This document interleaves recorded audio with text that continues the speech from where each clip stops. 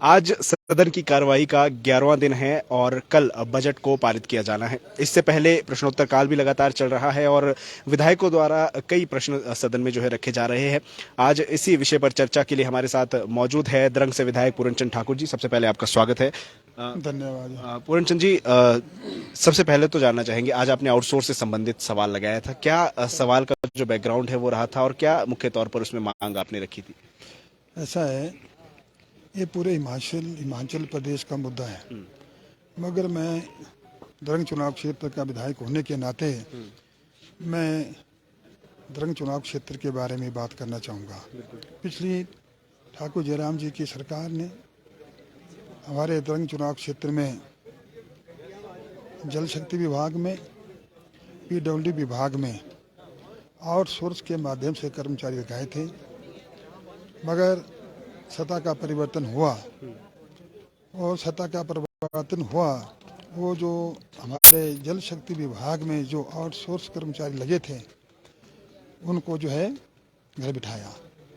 फिर जो आज जवाब जो मुझे विधानसभा के अंदर आया तो इन्होंने कहा कि ये प्राइवेट कंपनी के माध्यम से लगे हुए थे और इनका एग्रीमेंट जो है 31/3/2023 को ख़त्म हो रहा है। मेरा ख्याल किया 31 जनवरी 2023 तक था मेरा ख्याल। ये जवाब मुझे आया हुआ है कि भाई ये प्राइवेट कंपनी को दिया हुआ था, इनका एग्रीमेंट जो है ख़त्म हो चुका है।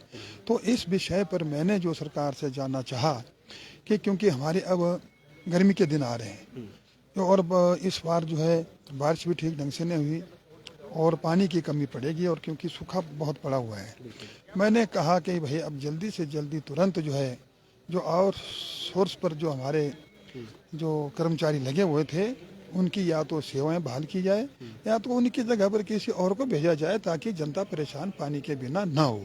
और दूसरी जो बात है, जो पीडब्ल्यूडी विभाग में भी हमारे लगे थे आउटसोर्स के माध्यम से, उनको भी 30-40 किलोमीटर दूर लगाया गया है और कुछ तो ऐसे लगे हुए थे हमारे जिनके तबादले जो है राजनीतिक द्वेष की भावना से किए जा रहे हैं, जिनको 4,000 पे मिलता है। मैं पद्धर डिवीजन की बात करना चाहूँगा, उनको 30-40 किलोमीटर दूर भेजा गया है।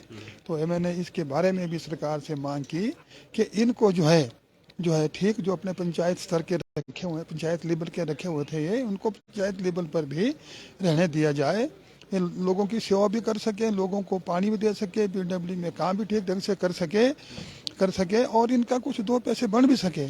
4,000 जहाँ मिल रहा है तो 4,000 से कहाँ जाएंगे, 40 किलोमीटर जाएंगे, वो तो किराए में भी पूरा नहीं होगा। क्वार्टर रखेंगे तो तब भी पूरा नहीं होगा। मैंने यही मंशा की, सरकार ने माना कि इसके बारे में हम सोच रहे हैं, इसके बारे में सोच विचार कर रहे हैं।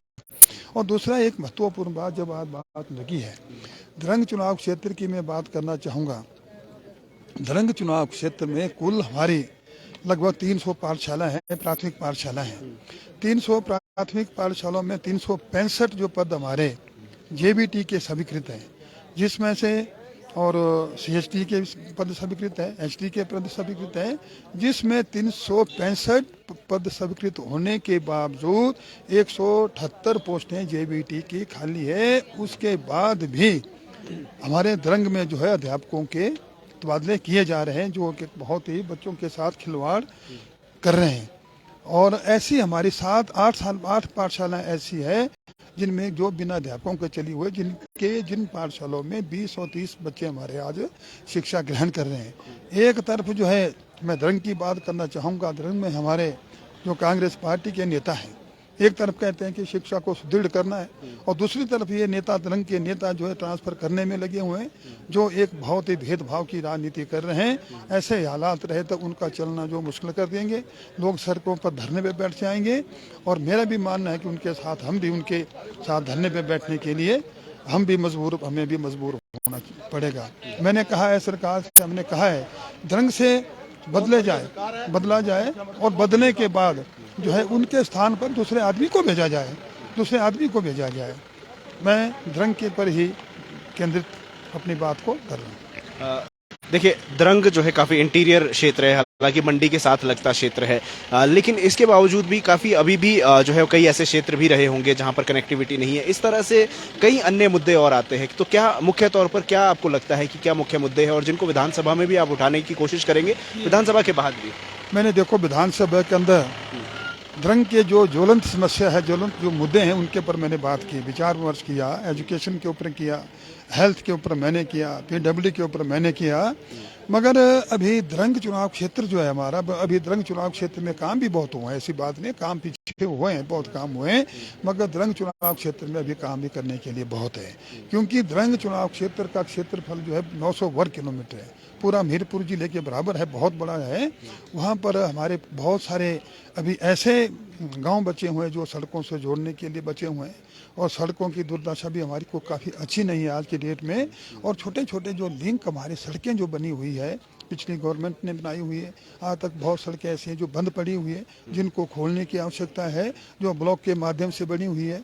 और ब्लॉक के माध्यम से भी उनको हमने तो कहा भाई कि मैं तो अपनी समझ के मुताबिक मैं कहता हूँ कि मनरेगा में इसका प्रावधान किया जाए, मनरेगा के अंदर पैसा बहुत है और उनकी रख रखाव के लिए प्रावधान किया जाए, रोड खुले किए जाए ताकि लोगों को जो है इसकी बेनिफिट मिल सके। और हमारे डॉक्टरों के पद खाली चले हुए हैं, हम इसके बारे में सरकार से बात की हमने। और ये नहीं, सरकार तो कर अपने साथ से, मैं द्रंग की मैं बात कर रहा हूँ, द्रंग में द्रंग के नेता जो हैं वो जो है वो नहीं चाहते कि द्रंग का विकास हो। मैं अब द्रंग चुनाव क्षेत्र के वो कांग्रेस पार्टी के नेतागणों से कहना चाहूँगा, चाहे वो किसी भी स्तर के हैं, मैं इनका कहना चाहूँगा, अगर आपको एक संस्थान नहीं चाहिए, आपको अध्यापक नहीं चाहिए, अगर आपको पैरामेडिकल स्टाफ नहीं चाहिए, डॉक्टर नहीं चाहिए, तो आप लिख करके दीजिए, आप प्रस्ताव पास करके कर दीजिए कि हमें संस्थान की आवश्यकता नहीं है, हमें जो है कर्मचारी अधिकारियों की आवश्यकता नहीं है, तब हम मानते हैं। फिर लोग देखते हैं, लोग देख कर देखना उनका क्या हाल करेंगे लोग। तो मेरा यही इसके बारे में कहना है। देखिए, हाल ही में बजट जो है 17 तारीख को बजट को पेश किया गया सदन में और कल बजट पारित भी किया जाना है। आपने भी चर्चा में भाग लिया है, किस तरह से देखते हैं कि कितना बजट कितना सही है, या आपको क्या लगता है कि क्या और चीज़ें बजट में होनी चाहिए? बजट में ऐसा है जी, बजट तो ऐसा है, अब सरकार ने अपने हिसाब से बनाया हुआ है, इसके बारे में हमारा जो शीर्ष नेतृत्व है भारतीय जनता पार्टी का, वही विस्तार में बात करेंगे। इसलिए ज़्यादा बजट के बारे में नहीं कुछ कहेंगे? क्योंकि इसके बारे में अभी मैंने इतनी की पढ़ा भी नहीं है खास करके ना, इसके बारे में। चलिए, अंत में क्या संदेश आप जनता को देना चाहेंगे? मैं तो ये की बात कहना चाहूँगा द्रंग चुनाव क्षेत्र की जनता को, द्रंग चुनाव क्षेत्र की जनता की, मैं चाहे किसी भी पद पर रहा, पिछले 30-40 वर्षों से जो उनकी सेवा कर रहा हूँ, और इनको मैं एक ही विश्वास देना चाहूँगा, जो भी उनकी समस्या होगी, विकास की होगी, व्यक्तिगत कामों की होगी, सरकार से कराने की पूरी कोशिश करूँगा। बहुत बहुत धन्यवाद।